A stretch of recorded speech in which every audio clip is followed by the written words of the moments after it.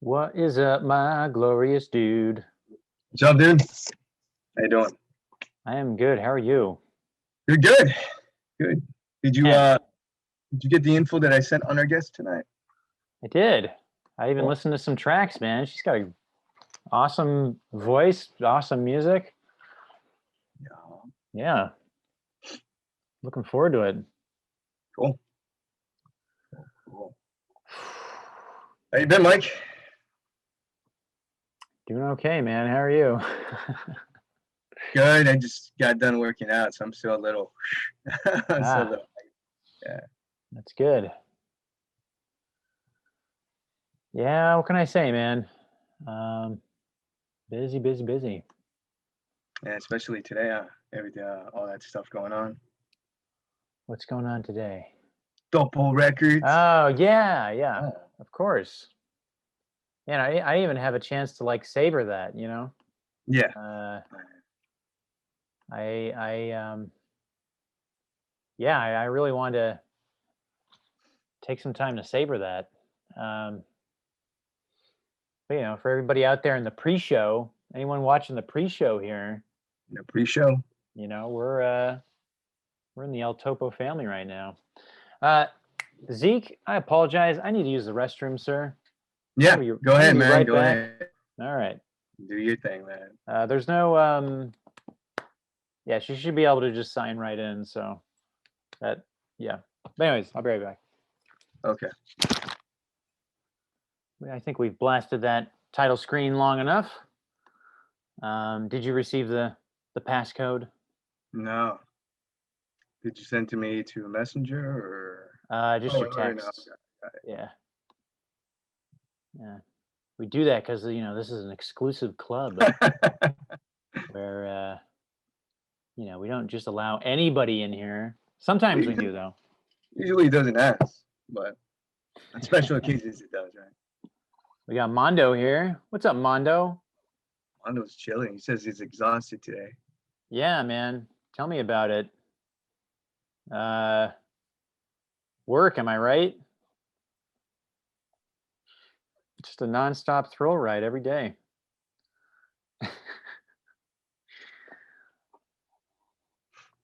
Anyways, for anyone just tuning in, we had a bit of a passcode.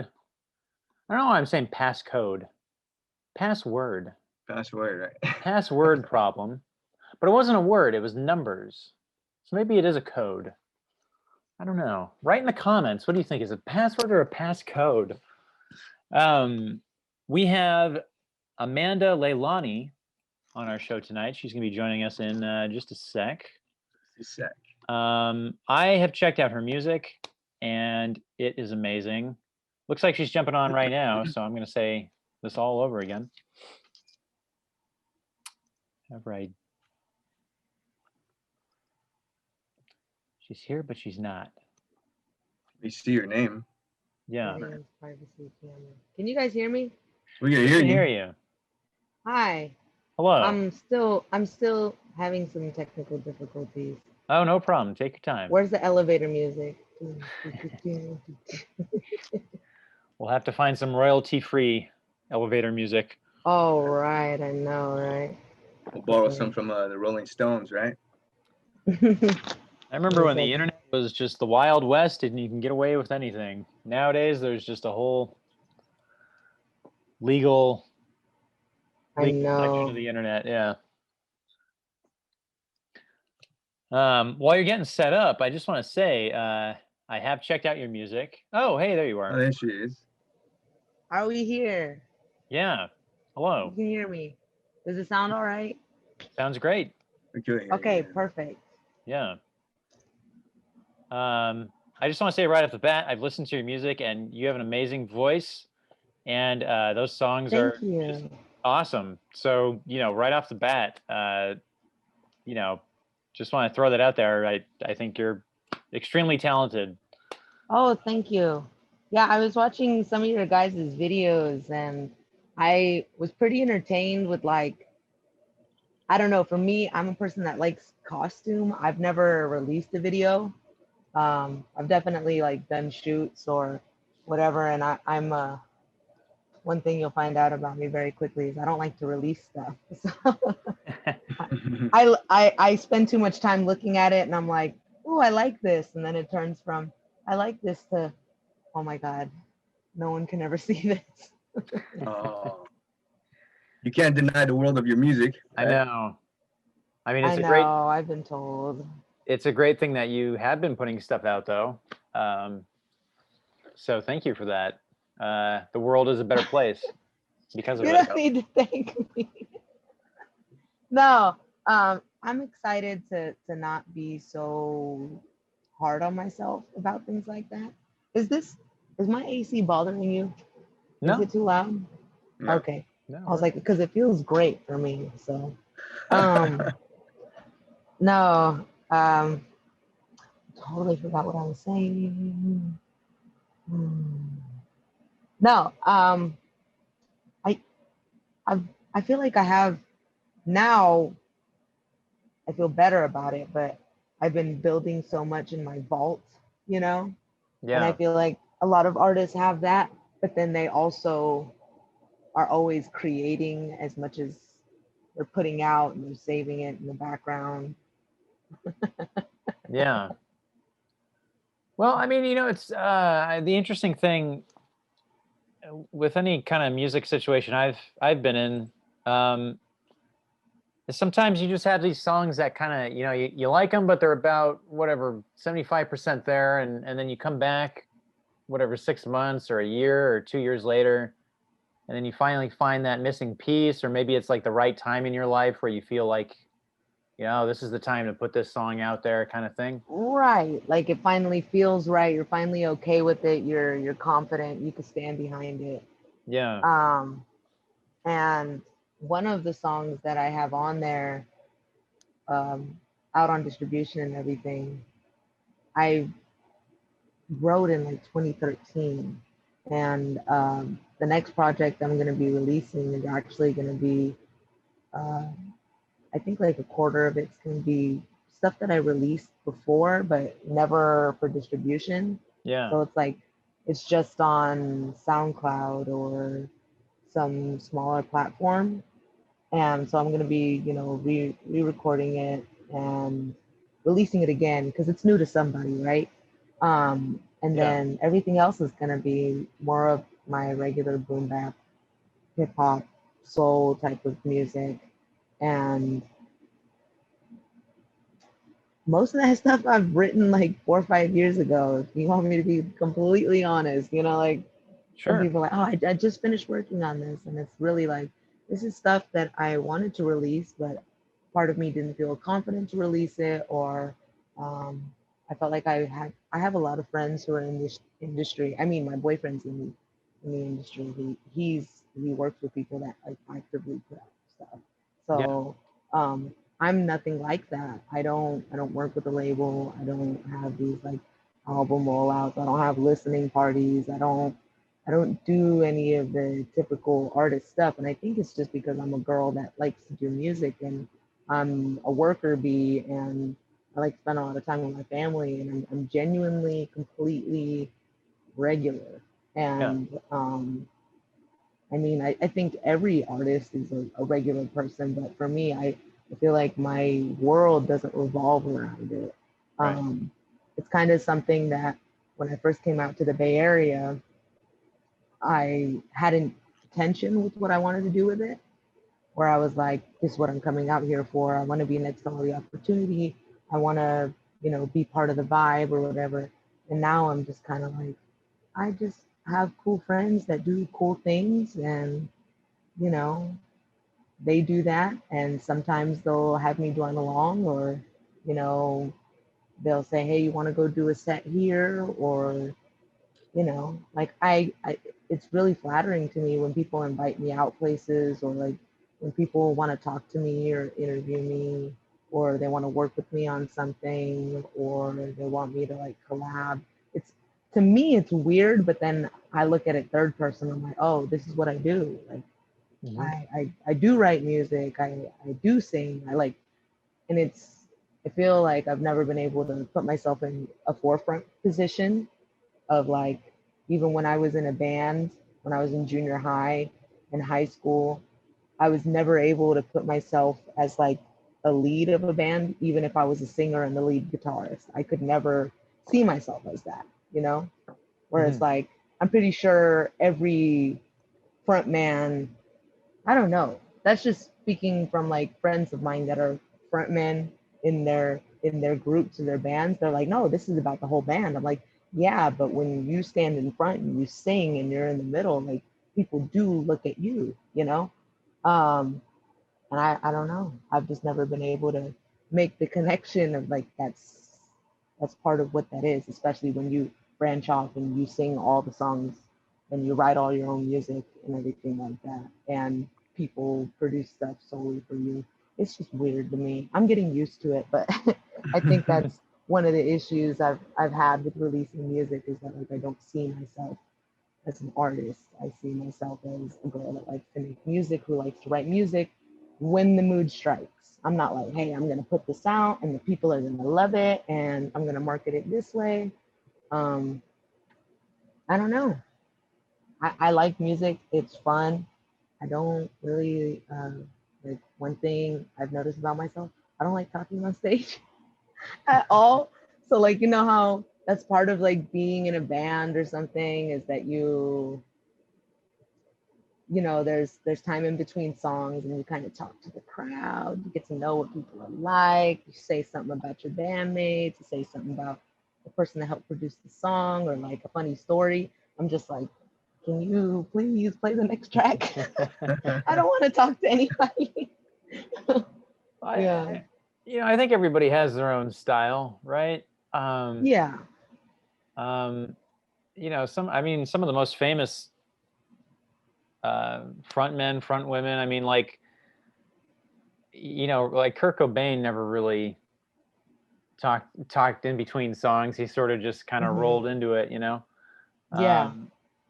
Same. I was watching some like a Led Zeppelin concert or something, and same with like Robert Plant. Like at least in the early days, it was you know, I mean, they just kind of played a song and then stood there for like 5 seconds and then went to the next one. You know, they didn't really have like anecdotes or anything. But it works, you know. I think everybody just sort of has their own thing. I think it's pretty amazing when they're electrifying on stage, right? They have this stage presence, and then when you see them do interviews, they're very awkward, and I think that's a contrast. No, it's true. Yeah, and I think true. that's cool. They live on stage, they live to perform, you know, and then it's just totally different. Like it's not the same. Like so many people get stage fright, right? I don't get stage fright. I get excited to go on stage because I know I'm going to be able to. It's like instant gratification, right? Like people are ready to receive you when you go on stage. Yeah. Like it's a great feeling to have all these people that are solely there to watch you, right? But it's also pressure at the same time, right? They're like, oh, all these people are standing there waiting for me to do something. And, you know, for me, I get excited. I get pumped up. I get like that excitement in me. But I always think it's funny, like after when people come talk to you and they ask you a million questions and I'm just like, oh, I have an Instagram. I could send you stuff if you like. Like, yeah, I don't know. What's your guys' experience? How long have you been performing? Does it ever get weird for you? Experiences that you have with like new friends or followers, or you know, I'm always curious of how people not deal with it, but their experience in it. And when I used to sing for another band, I used to get the opposite. I used to have people come up to me and they'd be like, you know, there's a better way. You should use your voice, or you need to do this, you need to do that. So I never really got to, oh, you know. I don't know. What about you, Mike? Well, you know, a couple things right off the bat. I definitely would love, you know, it always gets weird for me when the interviewee turns the tables, you know. So excuse me, am I going off like? No, you're good. But I will have a million questions for you in return. I promise. You know, for me, it depends on the band that I've been in. You know, there are some bands that I was in that were just not good, you know. Yeah. There was other bands that I've been in that have been better, like this current one, you know, and it actually is a lot of fun talking to people after the show. And uh I don't know, you know, it's like you come off a stage and you know, hopefully most of the time you're on such a high, you know, that when strangers come up to you and they start talking to you and all this and that and you know, most of the time it's like friendly and it's they want to know more about the band and about the album and all that. And this, I mean, I think it's maybe the best time in my life to have a conversation with somebody, probably just out of pure ego, you know, just people feeding my ego. But Yeah. Yeah, I mean, I find it a lot easier to essentially be yelling at someone through a microphone than to have just an everyday conversation with somebody. There's conversations for me tend to be easier when they're just one way, and that's just me being on stage. Yeah. Yeah, I tend to be very shy off stage, and then just a crazy person on stage. But yeah. Hey, we got Ruben here. It looks like Hey, what's up? Hey, what's up? How's it going? Good. Great. For anybody joining us, we are here with Amanda Leilani, and I just want to say I've heard her music and it's amazing. You should check it out on Spotify. We always encourage our our audience, our Hanging with the Friends audience, to please write some questions in the comments section, and we'd be more than happy to pose these questions to our guest. Just throwing it out there because our audience tends to be very shy, so I just want to get that out of the way early.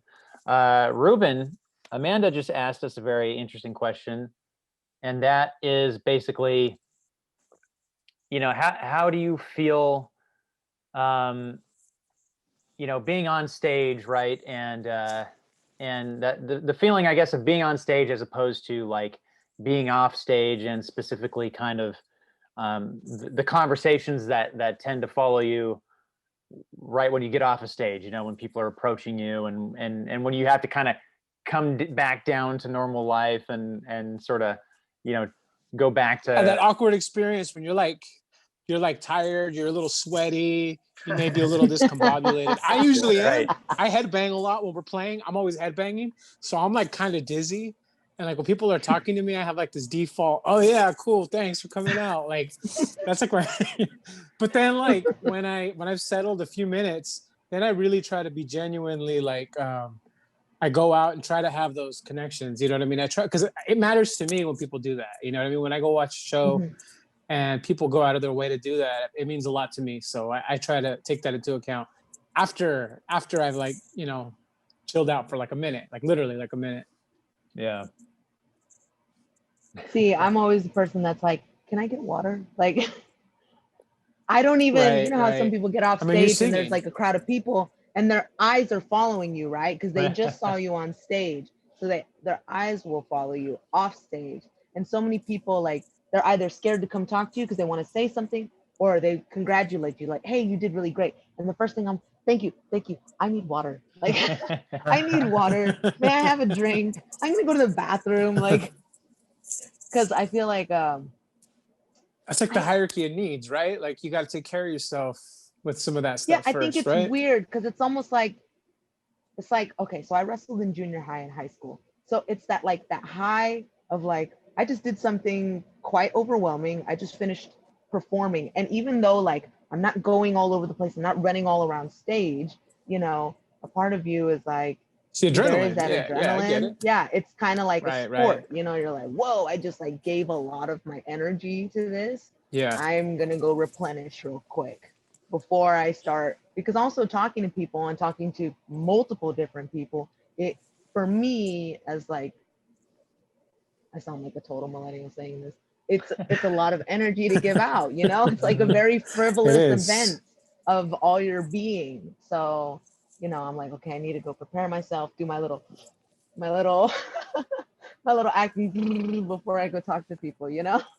Right. Yeah, red leather, yellow leather. right? Yeah. Yeah. Exactly. All of my exercises. Yeah. That's There cool. needs to- That's good that you can take care of yourself in that way. You know what I mean? I think it's good for your psyche and it's good for the overall experience. There Yeah, just no, needs to be more absolutely. green rooms.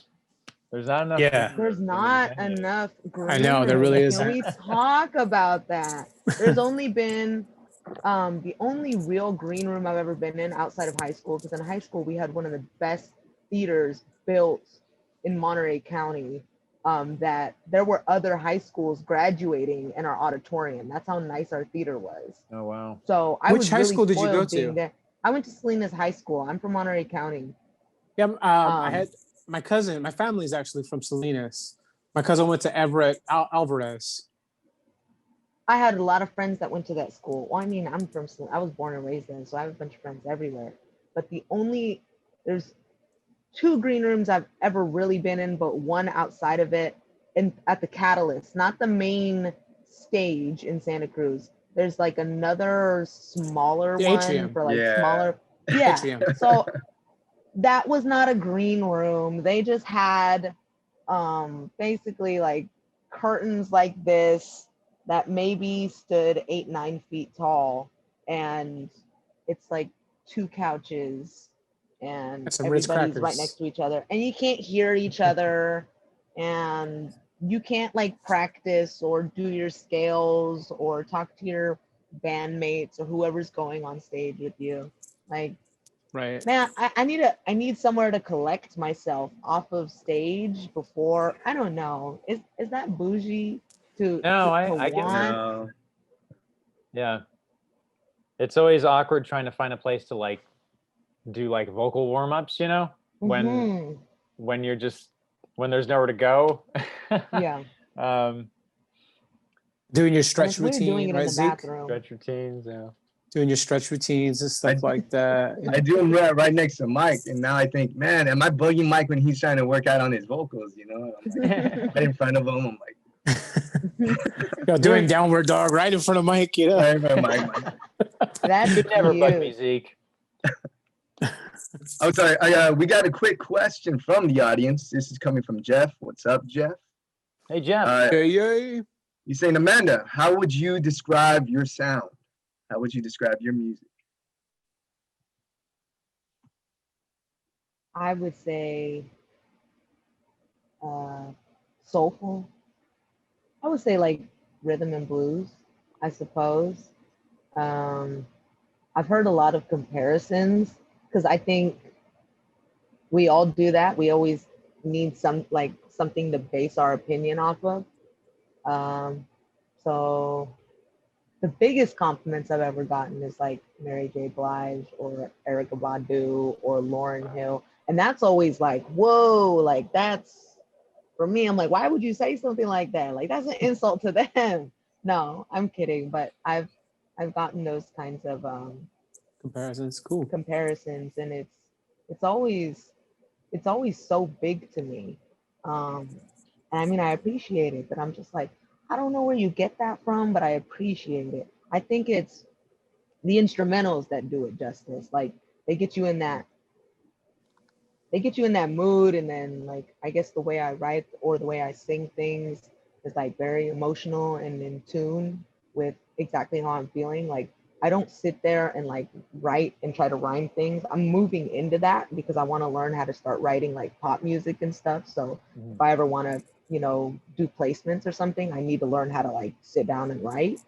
But for the most part, anything I release is something that by the time I hear the song finish or the inspiration or just the chord progression, the song's already written itself, Yeah. I don't really have to sit there and think about it. So for the most part, some of my songs, I don't say they write themselves, but it's like a journal. It's genuinely intimate to me, and I connect it directly from an experience or a relationship or a way that I'm feeling. Anything outside of that is just like, that's me practicing, learning how to write, like rhyming and trying to like switch my bars, just like, what's it called? Song structure. I still don't get it yet, but I'll figure it out one day. I'm trying.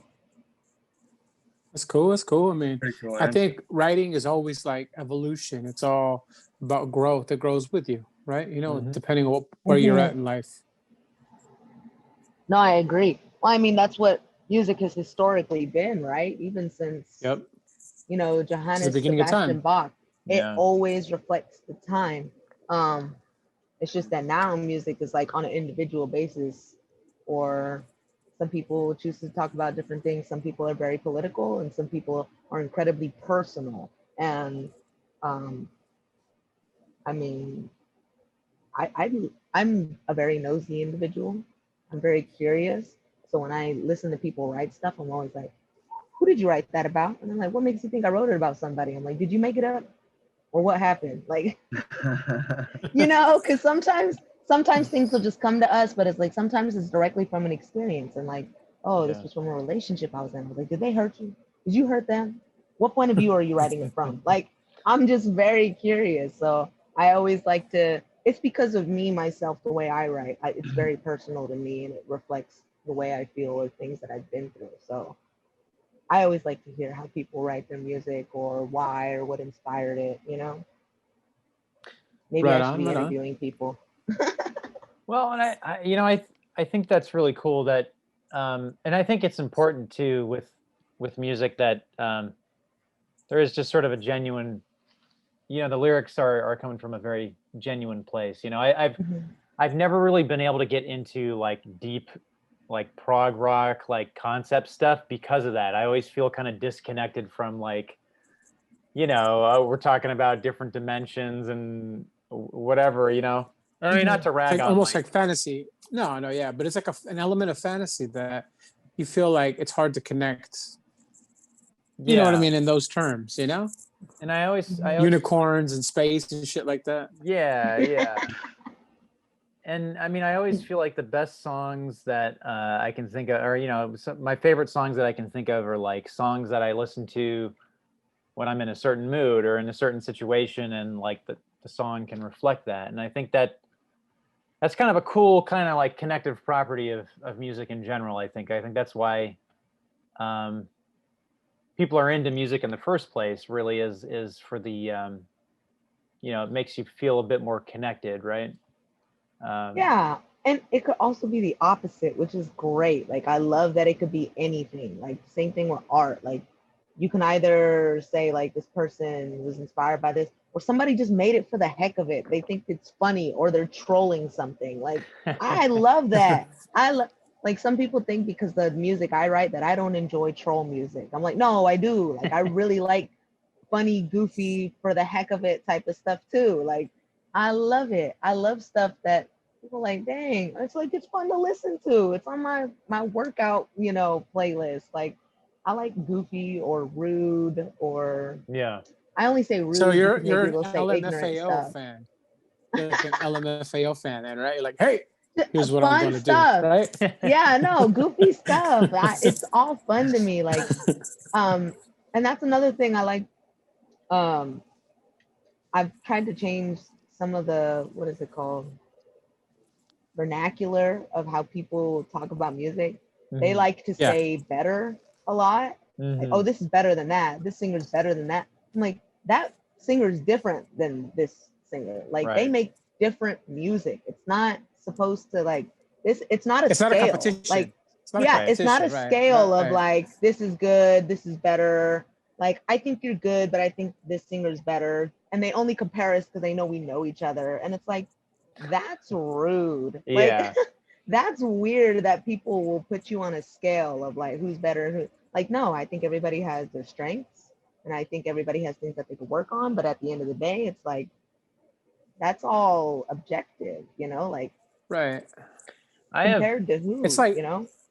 I have nothing but admiration for anybody that is, you know, anybody out there that's spending their time and their energy and doing something with, you know, not necessarily getting paid. I mean, just all this pretty, I mean, it takes a lot to bring a group together, or like if you're a solo artist to put these songs together by yourself. You know, I mean, I have nothing but admiration for anybody that is able to do that. You know, I mean, the steps that you have to take to first learn what you're doing and then gather the people to do it the right way with you. Amen. And then rehearse it all and then go on stage and play it all. Yeah. And make it it's a interesting lot. when you're doing that, right? Yeah. No, absolutely. Or like try to, you know, I don't know, like, I'm not saying trying to separate yourself, but like, you know, having your own artistry and building, like coming into your own artistry. And I feel like I'm just barely doing that, like figuring out what kind of artist I am and what kind of music I genuinely like doing. Cause like for the past 2-3 years, I wasn't really making any music, or I wasn't releasing anything because I was like, well, I don't want to come off this way and I don't want to start making music like this and release stuff like this. And like, it's so wildly different from each other. And then I was like, wait a minute, who does that? Rihanna's been doing that for over 10 years. All of her music is wildly different. She works with different kinds of writers, R&B, EDM, pop, like, you know, like all Brock, like she's incredibly versatile, right? And I've been sitting here stressing out, thinking over things like, well, this is my pocket. This is what I really enjoy doing, but I feel like I have to do this other stuff because, you know, this is what most people would like. And it's like, well, I feel like you can tell when someone doesn't really enjoy doing something. Right. You know? Well, I think that's like, that's a matter of like finding your like artistic voice, right? Like what it is you want to do. You know what I mean? Like, I feel like your expression is as unique as fingerprints, right? Like, and that's all in your hands. You know, maybe if you're attached to some kind of contractual obligation where you're supposed to meet certain merits or whatever, okay, maybe you get some input or whatever. But when you're doing your art yourself, you know, it's kind of like in your hands, take it to where you want to do it. So I think that's awesome that you use that comparison with Rihanna, where really there's no set rules, no set boundaries on what you can do, you know? Yeah. Yeah, because I mean, that's not the goal. I'm not here to like make money or sell to an audience or appeal to the masses or whatever it is. Like, right. I like doing it and I enjoy it and it makes me happy. Like, that's great. That's it. That's it. That's the end of the story. There's nothing else. And that's, I mean, honestly, that's really cool. And I feel like I had to come to that too. And, you know, so I've been doing the whole band thing since I was, I think in like high school. And I know way back in high school, it's like the conversation was always like, oh, is the band going to make it? Do you think we're going to make it? Hey guys, you think we're going to make it? Is the band going to make it? And as time went on, it's sort of like you would be in bands with people where maybe half of them are doing it for what it is because they enjoy it for what it is, and then half of them are still obsessed with making it. Are you gonna make it? And you're just like, dude, just that's chill. where like problems within bands happen, is that like we don't accept each other for like issues that I've had in bands, like ego, right? Like some people like, oh, I hold this whole thing together, without me you're nothing. Like, and for me, I was just like, I was just here because I'm having fun. Like, I don't know about you guys. Of course, I'm not saying like screw that. Like, oh my God, how great would it be, right? Like, even to be a one-hit wonder, like, cool. Let me put that into my investments and my stocks real quick, you know, like some money or something like that.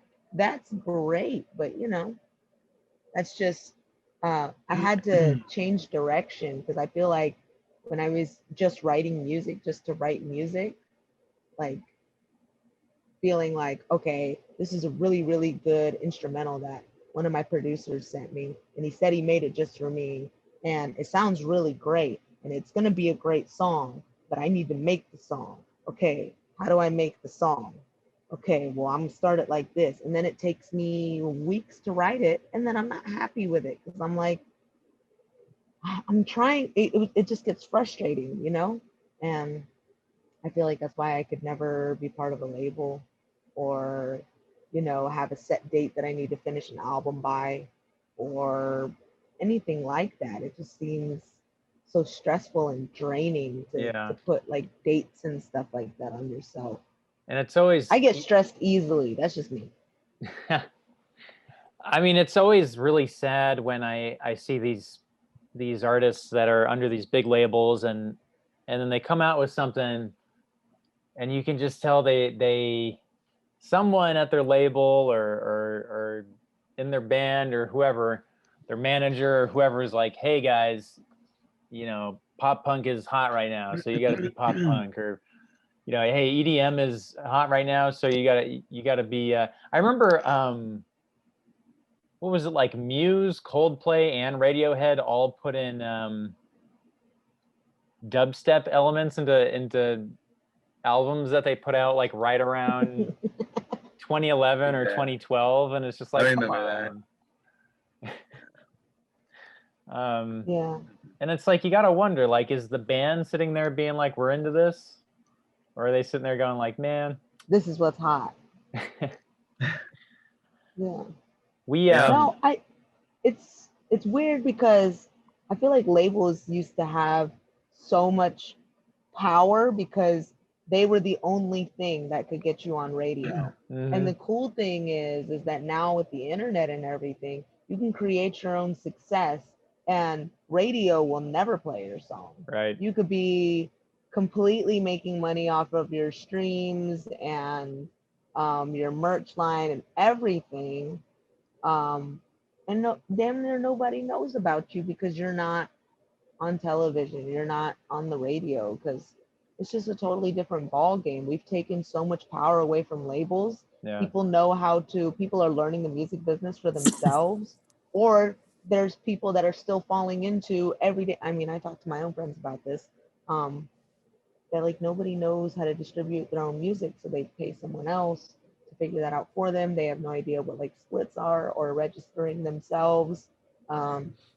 I mean, almost everybody I talk to that makes music like on my level, like they don't know anything about it. And they're like, well, why would I pay money to copyright and do all this stuff for my music if like I'm not going to make money off of it anyway? And I was like, because if it's really good, if you make stuff that's genuinely good, right? That's your intellectual property. And you own it, right? It happens all the time. And it happened especially in the 80s and the 90s. It's always happening. But right now, there's so many artists who are getting called out for stealing small artist songs. Oh yeah. And it's always happened. Yeah. And it's because those people didn't know how to protect themselves. They didn't know, hey, I need to, copyright my lyrics. I need to register it through ASCAP or BMI. Or they say, I didn't have the money to do it, and it sucks. Or like they send it to someone. Like someone tried to do it to me recently. I went off on a rant on Instagram, but I deleted it because I don't like the way I sound when I talk. But somebody told me, hey, send this to me. Remember you sang that song to me of some unreleased stuff? I was like, no, I'm not finished with that song yet. So when I finish it, I'll send it to you. And he goes, well, I'm going to show it to my label. And I was like, I'm especially not going to send you an unreleased song that I don't have copyrighted for you to show your label. Yeah. And he goes, why? And I was like, because if the wrong hands get it, I can lose that entire song completely. And I'll be that loser saying, oh, that song you hear on the radio all the time, I wrote that. Yeah. I know it's not common and a lot of people will lie about that, but it's like, it does happen. And it's like, it's not going to be me, And if it is going to be me, I'm going to get my percentage of it because I copyrighted the damn song. You can go ahead and take a part of it, but I'm going to take a part of publishing because I, own my own writing and my publishing. But, people don't like to talk about that. Like, that might be a sensitive subject.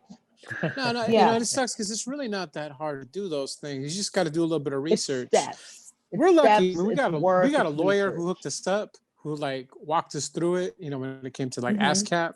No, and the copyright stuff. I just did some research and that was it. It was easy. It's easy, Yeah. They can charge a lot of, one of my buddies, he does it. And just for like consultation, just to like let people know this and that, like simple stuff, it's like $500 just for the consultation. And then like if you want them to write up contracts or anything like that, it's a whole nother story. But it's like, I don't know, for me, because I haven't really released much stuff, and I've been like collecting so much stuff, I've been able to like take my time and see what my friends have done wrong, you know? I don't know Right. if you know who wrote that Looney song. They play it like every weekend in the Bay since I was a kid. I got five on Oh it. yeah. Yeah. Within it. Mike Marshall, he was a work for hire. So which means that he got paid to write that hook, right? And that was it. He Oh. never made Yeah. royalties. He never made, every time they Session, play when it, you're a sessionist, if he it's made not in no money writing, off then you of don't it. make any money after that. Yeah. He made no Wow. money off of it. He wrote Right. stuff for Tony, made no money off of it. It's like, that's crazy. And he was the one that got me into it in 2012 when I moved out here. He was the one that told me, he's like, get your stuff down, protect your property. This is your property, protect it. Just because Right. someone Right. said Right. something similar or saying something similar, it's never going to be the same way that you did it. But if you, as long as you protect it, you're not going to turn out being like, it could have been worth tens of millions of dollars from the 80s, songs that he wrote in the 80s and 90s. Wow. Right. And I don't mean And to you know, there's say, that saying. No, it's all good. I'm saying there's that saying. It's like hindsight is 2020, right? Like always it's better to just cover yourself, and make sure you're good. You know. just do it right the first time. But most people don't Right. know what right is. So that's Right. the sad part, is that we have no idea.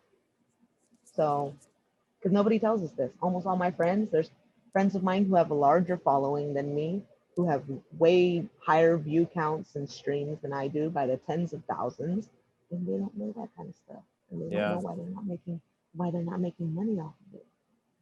You know? Well, and it's interesting because I think now more than ever, there's the resources to have that Available. knowledge, right? Exactly. I mean, there's maybe like 3 or 4 YouTube channels that I follow that is just continually talking about specifically those things, and they're really easy to find. And then like how Ruben said, I mean, we have our lawyer, and really it just took like one afternoon of filling out some paperwork and Via Zoom, like this, we're- just like this. You know? yeah, and Yeah. now we're covered. I think it's necessary. Yeah. You know, like it's not something for me. I don't like thinking of the business side of it. You know what? I don't even like thinking about, like, when I release songs, I don't even think of, okay, so for Strength, right? I didn't name that song until I was entering it into into CD Baby. I already had the song uploaded and everything. I didn't even have the picture down yet. I didn't even have the name. And so a guy I work with, like literally I told him, he does like tattoos on the side. I was like, hey dude, do you think you could like draw a picture for me? And he's like, yeah, for sure. Of what? And I was like, well, a girl. And I was like, he was like, what girl? I was like, I don't know, a girl. So like people look at that and they think it's me, which you could say that, but really I just told the guy, can you just draw a girl? And then when he drew it, he sent me a picture of it. And I was like, cool, can you put, you know, Strength on it and put the other stuff on it for the title?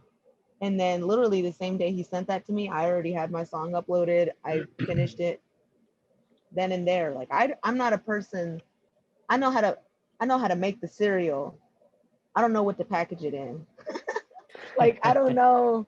The cereals might be pretty good. Like, it's pretty good, but you know, who knows if it'll ever sell, because I don't know what to put on the box. You know, that's something that it's crazy. There's that whole other element, right, of creating like a team to help you launch something. Some people are really into that, and some people, like, I consider myself more of like I'm starting to get better at the business acumen part of it, but I'd like to be like the artist. I like to just show up, do my thing, right? Like create.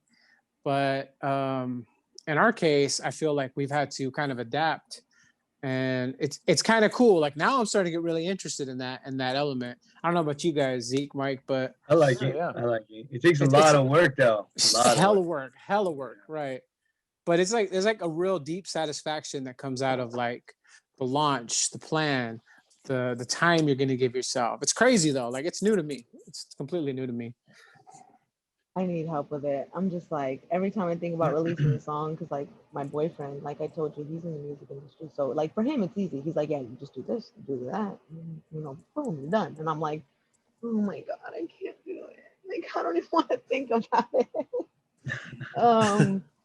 For me, I had a really bad experience with a local Bay Area label slash magazine slash website, like a blog. Oh. Basically, I don't know if you've heard them before.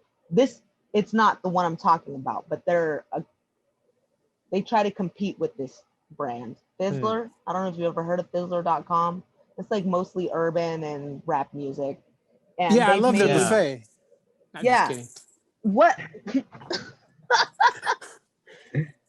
It's not Sizzler, god damn it. I'm right? kidding. I know. Sizzler. So, Kidding. you know, like the fizz movement in the Bay Area, Yeah, I know. Mac Dre and His stuff like face. that. Right. Yeah. I'm So a they hood have figure. this blog. Yeah, they have this blog named Fizzler. And they've helped make a lot of artists famous. Like they basically take all the people that live in the Bay Area and they repost their stuff and people pay for spots, right? But then there's some that you can't pay for. You can't pay for certain, not all the spots. Like you basically have to like get a certain You have to amount of earn views. them, like, or something. Well, for the contest you do at least. And so there was a competing blog, and if you're in the Bay Area and you're in the rap scene, which you gentlemen are not, and I'm not. I wasn't in either. I'm not. There's a competing blog slash magazine company that reached out to me and said, hey, can you come to our headquarters? Really nice headquarters, gorgeous loft out in Oakland. And they were like, we want to manage you. And I was like, cool. And basically, they didn't talk about my music, my songwriting, my singing, not once. Huh. Everything was about how can we make you sexy? How can we sell you? How can we change your hair? What's your name going to be? Because you can't go by your name. Because Amanda Leilani is my first and middle name legally, you know? So they told And me you you own can't go that. with They that. can't, right? Yeah, they were like, you can't do that. That can't be your name.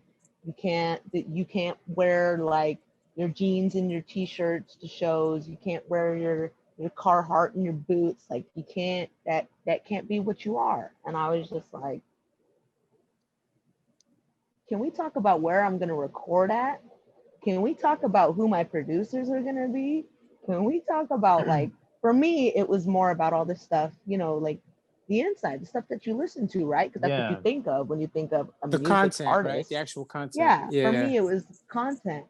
And I think it's For them, crazy it was that labels marketing. are still doing Right. that. Yeah, it's crazy that labels still do that. I'm just like, how are you still doing that when there's people with so much talent and all you have to do is help put their talent out there, you know? And not even like just help me figure out what I didn't know at the time was like distribution and paying money for promotion. Like I didn't know anything about that. So if they had just brought that to me, I could have helped myself more. But you know, then they like basically scared me into a corner of like, damn, do I have to be all of that to release music? Like I never thought of it that way. Like I've never planned out, well, sometimes I'll plan out an outfit to like a show or something, depending on what the kind of show is. But like most places I go to where it's like really small, under 100 people, like I don't think about that. I just put some clean shoes and, you know, jeans. Like I don't care. I don't know. I don't think too much about it. That's crazy. Distraction in the corner over here. Sorry to interrupt. This audience not shy. We got like at least 3 questions for you. All right. Sure, of course. Let me shoot one out for you. This is coming from Jan. Shout out to Jan. Any rituals before you take the stage? Yes. How do you get into the zone before performing? Yes. I can't have an empty stomach. And I can't eat anything with like too much carbs. So I'm not gonna have pasta. I might have like a veggie burger, but no fries. Like it has to be like a solid food that's not too greasy, or it's basically, it has to be like a wholesome food with not too many carbohydrates. So like maybe like a wrap or something, right? And then after I get something to eat, it can't be like too soon. So it can't be within 30 minutes of the show. I have to like make sure I eat 1 to 2 hours before. I like to run through my set and kind of like not sing it at full like 100% vocals. Maybe I'll do it at like a soft 30% just to make sure I got my timing right. And I don't do scales right before anymore. I actually like to, I'll choose between two of my favorite artists. Usually it'll be like a male artist and then like a female artist, like Ariana Grande. And those will be what I sing at like full volume. So it's like, I'll be or something getting ready before a show and I'll sing like some Al Green or, you know, some Caldwell, like some, you know, sick. some soulful low stuff, and then end it with maybe like Ariana Grande or some Mariah Carey, you know? Mm-hmm. So I can kind of get like the lows and the highs of my voice warmed up rather than doing scales. Because for me, it's more fun. But like, I don't know, there's been times that I do scales for like shows that are really big. My had this show in San Francisco a few years ago. It's called For the Love of Hip Hop. It was at San Francisco State. And that was a big show for me. Like that was a couple hundred people. Oh, wow. And I'm used to like the 100 or less, you know? That's what I'm comfortable with. Like, especially like the 40, 50 people, like at a dive bar or something like that. Like I'm cool with that. I love the energy of that. When you have like 250 people and they're there solely for music listening, I'm like, so I did scales for that one, you know, and I was super nervous. But yeah, get something good to eat, get the lower and the higher parts of your voice warmed up. I do prayers, so I do like, you know, the sign of the cross, and yeah, I just, you know, ask God to help me do what I love to do. That's it. That's cool. You know, Question. I never have to worry about question, forgetting lyrics. Sure, of course. Go ahead. How long does it take you, like, you know, say it's a bigger show and you are going into that with nerves? How long does it take you to shake that?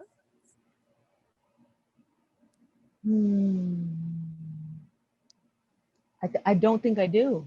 I don't shake it. It's like up until they call my name and I grab the microphone. Like in March, I went out to Phoenix. My buddy flew me out there, which I'm actually going the second week of November. I'm going back because between you and me, Phoenix is doing, Phoenix has an amazing live music scene. Oh, yeah? Amazing.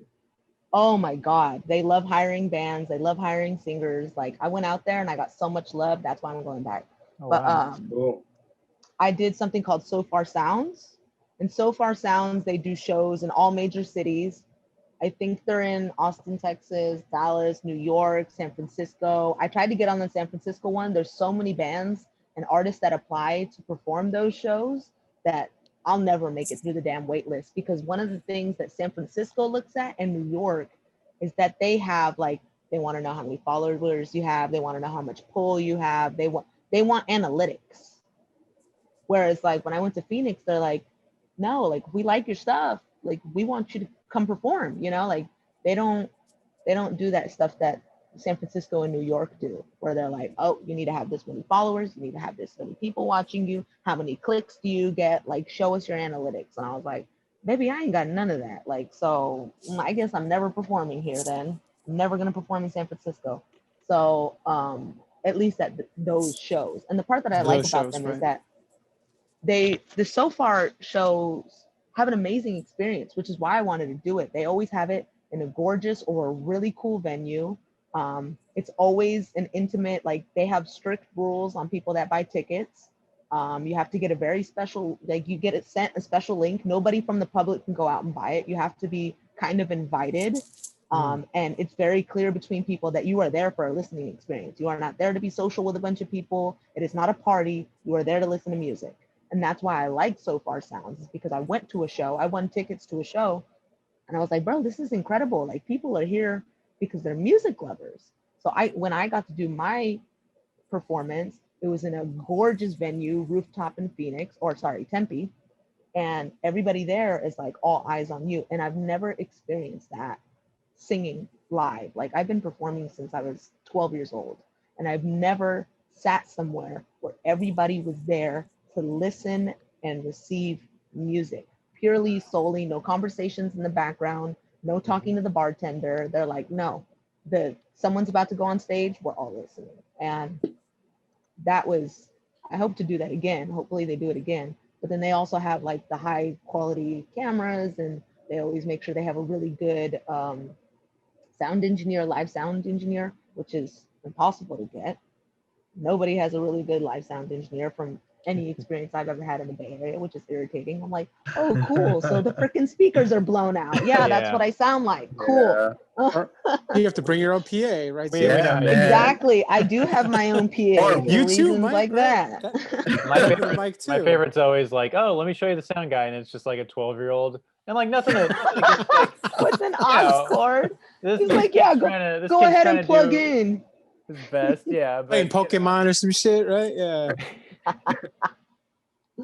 No mixing, like no mixing board whatsoever. Like there's no levels. It's just one knob of a volume. You're plugging your mic into like a little Fender guitar amp, you know? Right. Oh my God. No, it's funny. We can laugh about it, but it's because it's true. It's true because it's true.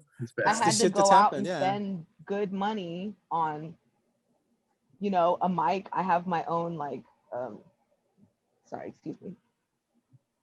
I have my own stuff that I have live, and every performance I do, they always want to use my mic and my little mic booster.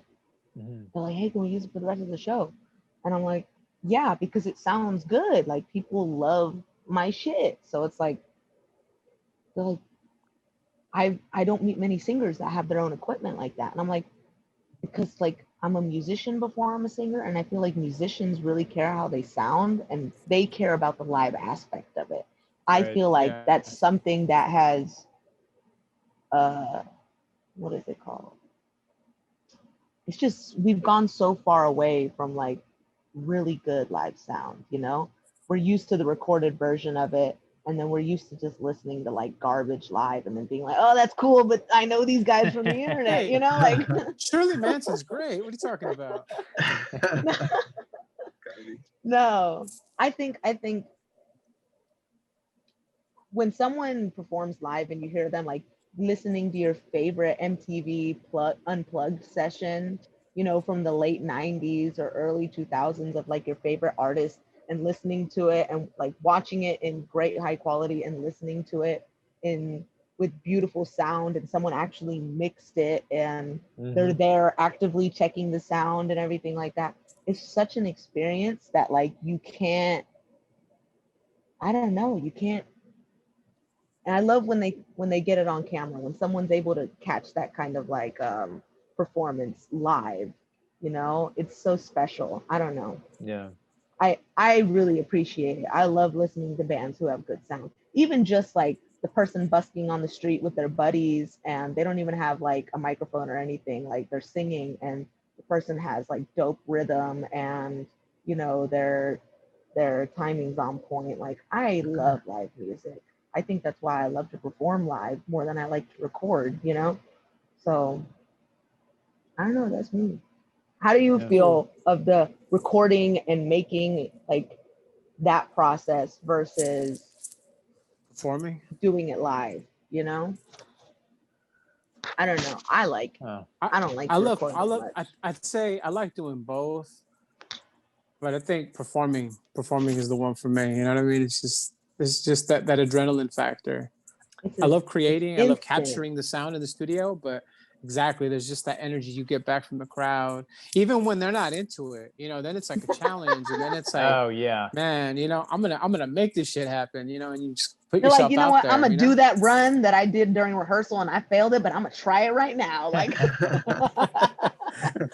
whenever there's venues where there's just people sitting down, I always just jump on top of their tables, and you know what I mean. It's just like, Move, stand up, do something. See me, Hey, like, Zeke, did you say people there was a won't couple more know. questions? There was. Oh. I'm sorry. I know we're limited Sorry, I on didn't mean to cut time. you I off. I didn't go mean to cut you off my bad. forever, so So you're allowed to say, "Hey, Miss Lady, excuse me." I know we're Yeah. limited on time, but we'll answer one more question here. This is from Francis. Frankie, thank you for joining us. Frankie. Besides the managing company experience, have you ever experienced anything else that singled you out because you are a female? I won't say. I will say, like, with producers, yes, definitely. Being an R&B singer, or just being a woman, period. Like, they will say, like, hey, they try to, like, lure you in with free beats, then they get you to the studio or their house or whatever, and they try to do the whole, well, you want to go on a date, or like, what'd you think, you're gonna get this for free? Like, definitely, as a woman, being not terrible looking, like, that happens all the time. Guys are total creeps, like, especially when they know that for them it's like, like the casting couch type of thing. Like, they're like, I know you want something, I know you want success, I know you. For me, that's never been like a goal, so it doesn't work on me. They're like, oh, well, like, if you do this, we could work on an album together. Oh, no, thank you. You have a good evening, sir. Bye. So me, I've just been really lucky having great producers, with people that I genuinely want to make music with people who are actually my friends. Like, they'll call me up and they say, hey, you want to cancel that studio session and just go on a run or a hike? I'm like, yeah, sure.